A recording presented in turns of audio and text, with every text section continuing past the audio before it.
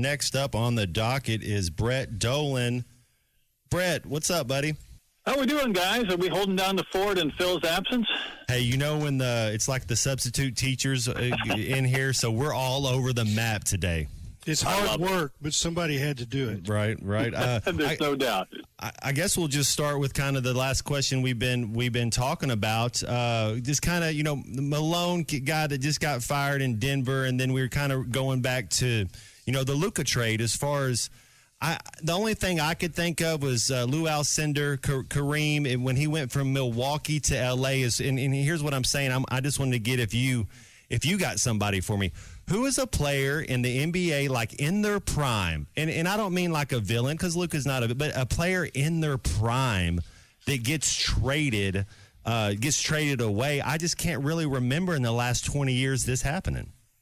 No, I mean, we're kind of used to the free agency of LeBron bouncing around or some of the other big names that have changed locations without necessarily a trade. And that was a bomb. Maybe the firing of the Nuggets head coach was a similar bomb. And I don't know if we're just in an impatient world in the NBA right now, or there's certainly a lot more to it. But none really jump out at me beyond what we've just kind of gone through in the last month or so. Yeah, those coaches, it's definitely a revolving door, especially like the Bucks coach. They win the title. He's coach of the year, and he doesn't even make it through the next season. And to me, in my experience, like if an OC gets fired or something goes down, Brett, this close to the playoffs, and there's something else that we don't know. Like it was worse than what we thought because the Nuggets have a legitimate shot to actually win the title this year. Amen to that. I think you're probably right. There's more currents under the sea, kind of that glacier effect. We can see what's above ground. We can't see what's below water, so to speak, and what's churning below. And there may have been some tensions between players and coaches or GM and coaching staff, but obviously it got so untenable that they had to make a change at the time of the year when you're really trying to gear up for the postseason and not necessarily move into your off season. Brett, this is Clay. I just was going to switch gears a little bit. And when we look around the SEC and we see, some of the series that are going to happen this week, just kind of concentrate on Arkansas, Georgia. But I'm thinking these are the same kind of matchups that we could be having in Omaha. That these top SEC teams could be national seeds, and they all, so this is like prelude of what we could have in June. I don't see any reason why it couldn't be. And quite honestly, Clay, I might say it might be a super regional weekend where there would be SEC teams kind of going head-to-head, and you're going to get one and you're going to lose one at some point. But because of the volume of teams that could be within the top 16 when you get to that super regional weekend, I think we're going to see it. The funny part is I think in softball, Arkansas has a top 10 series. I think it's one of 3 top 10 series and one of 5 top 25 series just in softball. So it's kind of a similar dynamic, but it is unique. And, I mean, the start that Arkansas has gotten off to has just been so incredible. I know the schedule is really backloaded with some incredible teams as well, but to be 11-1 at this point, going to face Georgia, the opportunity if they win this series, even take 2 out of 3 and win the series, the positioning they put themselves in is pretty impressive. But having said that, guys, it was a couple of weeks ago when they were 8-1, and you look up and there's 3 other 8-1 teams.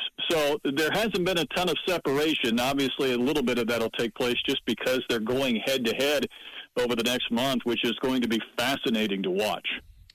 So the everybody talks about there's not a Hagen Smith on this roster, not a dominant pitcher. But it looks like Zach Root is almost pretty close to that. I mean, what he's done the last couple of starts just kind of blow me away that he's pitching in the 7th inning and he's hitting 95. I mean, that's a dominant lefty too, isn't it? Well, he's pretty darn good. And Hagen was so dominant in the fact, and we go back to that strikeout game that he had in Arlington where he was overwhelming people. But you don't get bonus points for, making people look foolish. It's always a matter of how many outs can you get and how deep into games. And from an efficiency and economy standpoint, Zach Root is really good. He's a little bit different. We did a side-by-side the other day on a telecast where we had Fernando Valenzuela's wind up, and we stopped it at a certain point with a tilt and a lean, and we put Root next to him, and it looked really similar. And when you can confuse hitters and throw multiple pitches for strikes, all of which he does, and he still throws low to mid-90s, and he has 4 pitches.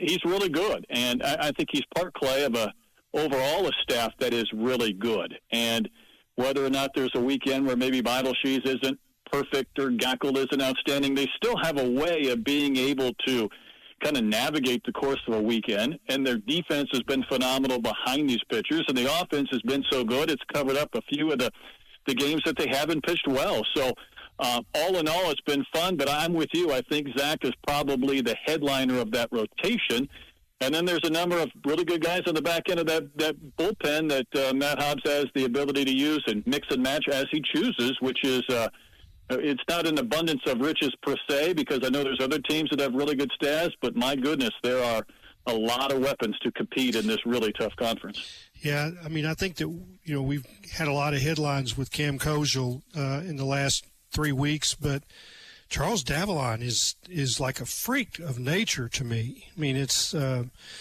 leadoff guy that can get on base, but he's just as likely to put one over the fence. And I know that you guys did the Lenny Dykstra thing, and I was like, yes. I mean, that was you, wasn't it? Also, yeah, well, it's also the curly hair, and Davalon's chewing gum. You look out there, and you're like, my goodness, there's some similarities. And I texted Mike Rooney that when he was doing the remote telecast, and I said it was Dykstra minus the insanity. But there's a lot physically and even from a game standpoint. But, Clay, we touched on this, I think, maybe in the last week. When Arkansas came back from Arlington, they had played 7 games. And that's when Davalon still had the leg raise, or it was almost kind of a Japanese stance. He had 2 hits in those 7 games. 2.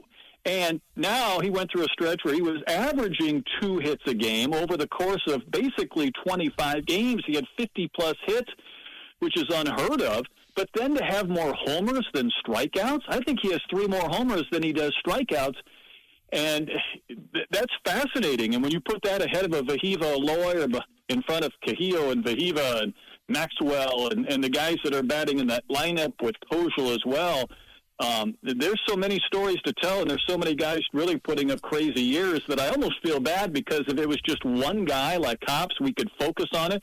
But there's Davalon, and there's Aloy, and then there was Cahillo, and now it's Kozel. That's where it really makes it fun to talk about all of these guys and what they're bringing to the table, because it's more than impressive. Brett, the thing I always worry about is, can you hit good left-handed pitching? And they've seen some good lefties, and their left-handed their batting average is like 20 points higher against left-handers. At least it was a couple of games ago. I don't know if that changed any in this last series. Is that unusual to hit lefties that well? Because I've always just thought it was the opposite, that the lefties get you out. Well, along those lines, Clay, though, I think at the beginning of the year when I was going back and looking at last year's struggles, I think their batting average against right-handed pitching was not only the worst in the conference, it was so far beyond everybody else that you're like, you can't even see the 14th and 15th best teams. And part of that was Diggs last year as a left-handed power hitter, maybe not playing as much or not being physically healthy and whatnot, but they've terrorized both righties and lefties. And I think that's the nice mix that they build. And obviously, Dave kind of goes right-left a lot, where he doesn't load up on lefties or righties. I think it makes it really tough for pitchers coming, especially in the bullpen late, to kind of identify a pitcher that you want to throw multiple innings against Arkansas because of how balanced they are. But I'm with you. I think each year I look at whether they're good against lefties or righties, and sometimes there's a certain indication that they fare well against one and not the other. But I really do think this has enough balance to where it's hard over 3 days to find ways to beat them. You might beat them in that winner-take-all game or an SEC tournament game, but in a 3-game series, you like what this team brings from both a pitching and certainly hitting standpoint. You worked in the major leagues for a number of years and seen great shortstops. What's your take on this shortstop and his range, Aloy? Well, what I love is these finishing plays. It felt like last year we would see him go into the hole and make a great backhand, but maybe the ball would come out, or maybe he would let a throw go that would be a little bit high, or he'd run down a play and maybe not quite finish it. But he's taken it to the next level. But his ability to make kind of that Jeter play in the backhand and then still get the runner at first has been fantastic. He's caught 3 pop-ups this year that he's had no business catching, back to the infield and throwing to the plate for a double play, and running down plays, which allows Arkansas to play Davalon a little deeper in left, or Maxwell, because neither one of those guys cover an incredible amount of ground, but Fahiva takes care of it. But it's also not making the occasional mistake, Clay, and we know that Dave Van Horn's really good with infielders, but what he's done with Fahiva Aloy I don't think should be ignored, because in essence, I think every couple of weeks I feel like he's making an extra 100,000 or 200,000 on what he's going to get in June or July based on how good he has been. You know, there's an obvious difference in the way their approach is at the plate, that they were pull happy in last year. And of course that makes it easy to pitch, but they're not this year. And I mean, I assume that Dave's had a lot to do with that, you know, with the way they've constructed their practices in the fall. But I mean, is it that obvious to you too, that they're opposite field a lot now? Well, we've seen that with Davalon even the other day, the ability to homer to left. We've seen Maxwell do the same thing. We've seen both Fahiva and Cahillo homer to right field as well. I will say it does feel like the conditions have been more offensive friendly this year, and I go back to the last year that Robert Moore was here. Oh, they have It felt like Robert probably lost 7-8 home runs. I had a conversation with his dad at Royal Stadium or Kauffman Stadium once, just talking about the wind that was howling in. And it has allowed these hitters, I think, just to be free and easy. You can flick a ball to left field and you can get it out. You don't have to hit a ball through a 20-mile-an-hour wind. And this league in college baseball has never been older. It's never been stronger. I think the hitting conditions with the bats and the balls in general are a little bit hot. But Arkansas has taken advantage, and the fact that they have guys like Davalon who can use all fields. I looked at Kozel's spray chart the other day, and it looks like a kindergartner just took crayons everywhere, because it's left field, right field, it doesn't matter. But I think that's a sign of really good hitters that are not just strictly power hitters, and I think it's a big reason why they've had so much offensive success, at least to this point.